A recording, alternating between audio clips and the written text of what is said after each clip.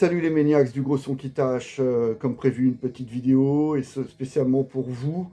En tout cas, je voulais d'ores et déjà vous remercier pour votre soutien les maniacs. Vous êtes toujours plus nombreux à me supporter, à m'envoyer des messages d'encouragement et donc bien sûr ça m'encourage à continuer. Ça vous savez les maniacs, c'est vraiment un réel plaisir de partager avec vous cette passion qu'on a en commun, le hard rock et le métal. Donc voilà, la dernière fois, on avait parlé de Judas Priest, et là, cette fois-ci, un groupe dont je porte fièrement les couleurs, également un quintet, originaire de New York, Anthrax. Donc Anthrax qui s'est formé en 1981, en quelques dates bien sûr, sous l'impulsion de Dan Lilker, le bassiste, futur Nuclear Assault et futur SOD, et Scott Ian avec le poste de guitariste et bien sûr le chanteur Neil Turbin qui allait quitter le groupe après l'album Fistful of Metal. Donc il aura marqué l'empreinte de ce groupe le temps d'un single et d'un album. Et puis après, bien sûr, la formation mythique.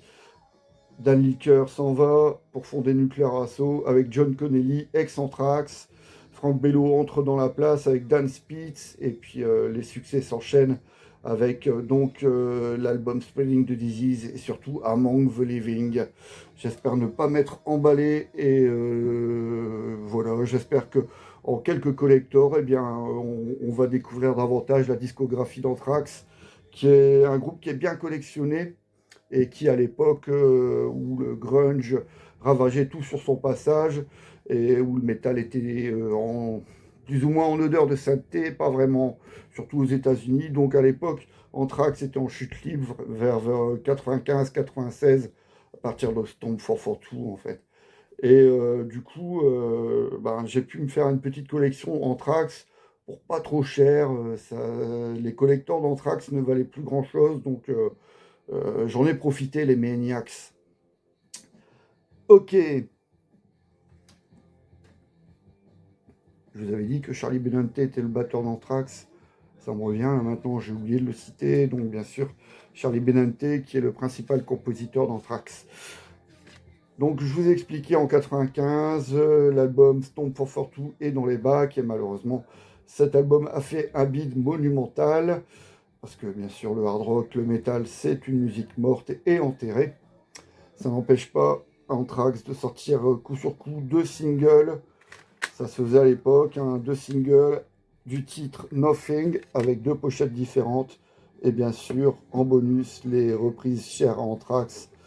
No Time This Time de Police, Death Round Emperor de Celtic Frost et Remember Tomorrow d'Iron Maiden accompagnent donc ces deux CD. Toujours en CD en 1998, là aussi dur, la période Volume 8, The Threat is Real pour Anthrax qui remplit plus les salles. À l'Ofterlow, on était 200 pour cette tournée. Donc Volume 8, The Threat is Real est pourtant un bon album, mais tellement éloigné des standards auxquels Anthrax nous a habitués que ben voilà, on n'est pas nombreux à l'apprécier cet album. Et donc voici la version promo.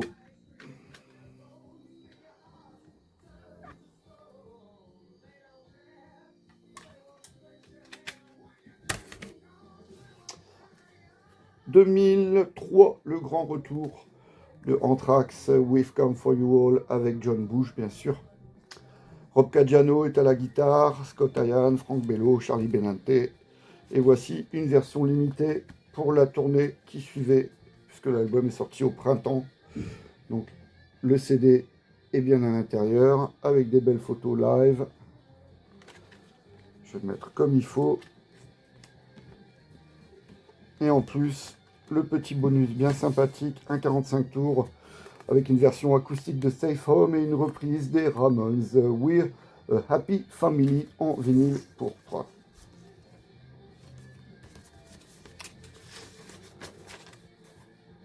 Et bien sûr, comme je suis collectionneur complétiste et que je fais attention, j'avais gardé le sticker pour la tournée de février-mars 2003. Mars. Allez, on fait un bond de plusieurs années en arrière. Anthrax au sommet de sa gloire et de sa popularité à l'époque de Among the Living, multiplie les singles I Am the Law, Indians, et à l'époque, ce qui n'était qu'une phase B, devient une phase A, I'm the Man, une des premières tentatives rap metal, avec Run DMC bien sûr, et Aerosmith. Donc single classique,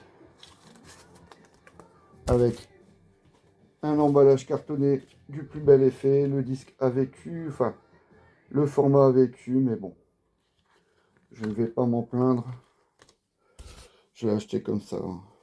Et il y avait des petits stickers et un petit poster.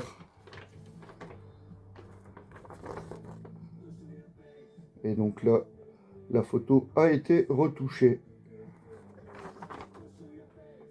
Puisque normalement, on devait voir les bandes. Non, il y avait une pochette. Voilà, la pochette originale. Donc le logo Adidas n'apparaît nulle part. Excepté sur les 3 bandes, mais le logo Adidas ne figure pas sur les jogging.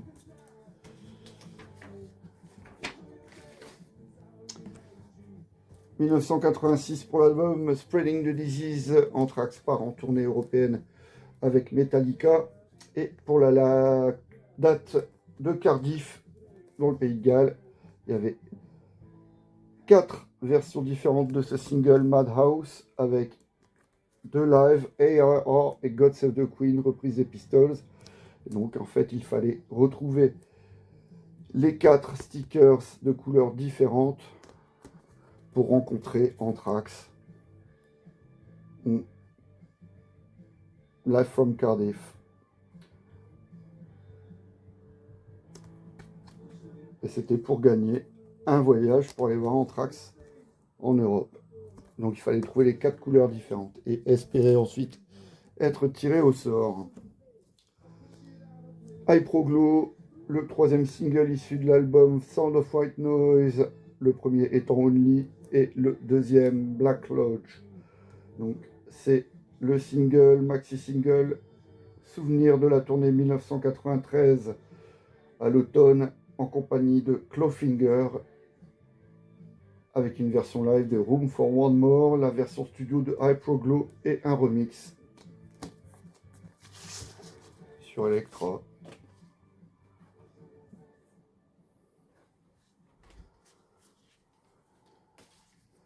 Un bootleg avec le son très connu, c'est celui du Metal Hammer Roadshow, tournée commune Anthrax, Agent Steel Overkill, qui a été immortalisé sur la VHS Metal Hammer Roadshow. Donc là, on retrouve uniquement le son. Et déjà Anthrax, impressionnant de furie, de maturité déjà, avec un aussi bon batteur que Charlie Benante, accompagné bien sûr des autres. Scott Ian, un maître à la rythmique, Dan Spitz. Malgré son sale caractère, tout ce qu'on lui demande c'est de bien jouer, et il a fait des super solos. Surtout durant la première partie de leur carrière. Joey Belladonna en 86 au top, Frank Bello, égal à lui-même. Super concert en 86. Une autre tentative, et c'est peut-être là que le rap metal est devenu populaire, Anthrax avec Public Enemy, Bring the Noise, à l'été 91, un 10 pouces, pochette ouvrante, je pense même en 3, avec le picture disc.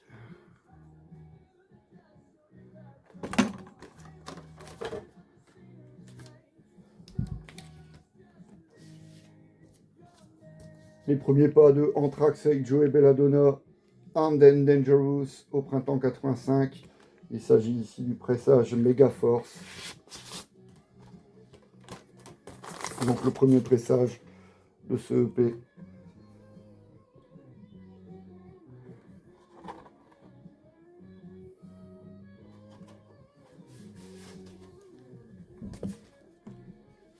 Un bootleg de la tournée Fistful of Metal, donc avec Neil Turbin enregistré chez eux à New York en février 1984. Donc l'album Fistful of Metal vient juste de sortir. Et ce bootleg est sorti l'an dernier sur le label Rick of Death, limité à 300 copies. Qualité sonore plus que discutable, mais c'est un document. Neil Turbin, quand même, le premier chanteur de Anthrax sur ce concert. Qui fait la part belle donc à l'unique album du groupe à l'époque, Fistful of Metal. Et il y a déjà également Armed and Dangerous. Voilà. Tout l'album plus Armed and Dangerous en fait. Et un cliché avec Neil Turbin. Cliché hyper connu.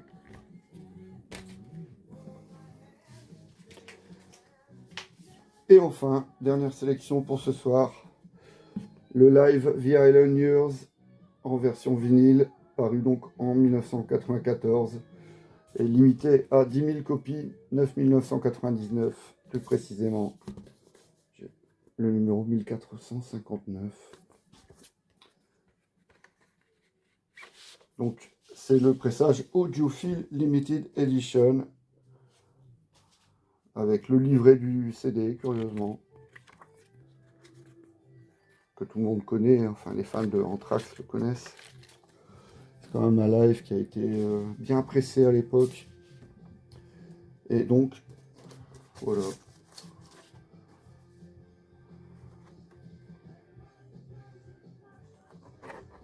Magnifique. C'est magnifique.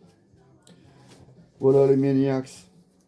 Deux petites choses. Je suis allé rendre visite à mon ami Hervé cet après-midi. Et comme d'habitude, quand je vais voir mes amis, et comme vous allez voir vos amis, vous vous dites j'ai bien fait. Et vraiment, j'ai bien fait. On a réécouté, je n'avais pas écouté ça depuis des lustres. L'album métal de Dave Grohl, Nirvana, Foo Fighters, Queen of the Stone Age, que des pointures. Et donc là, il s'autorise une petite sauterie métal en compagnie de guests. Donc chaque chanteur est venu avec son texte. Il y a Max Cavalera, Lemmy, Kurt Brecht de DRI, Tom Warrior de Celtic Frost, Kronos de Venom, Snake, Voivod, King Diamond bien sûr.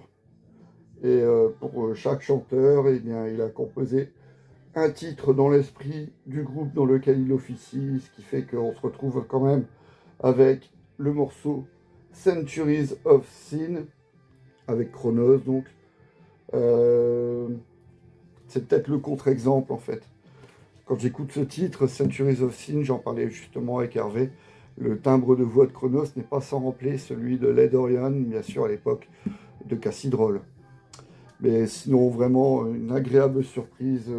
J'ai vraiment adoré cette redécouverte. En fait, j'avais écouté le disque à sa sortie, bien sûr, parce que je l'avais acheté lorsqu'il était disponible. Et finalement, il a vite pris la poussière. Et voilà, une vraie belle redécouverte en tout cas.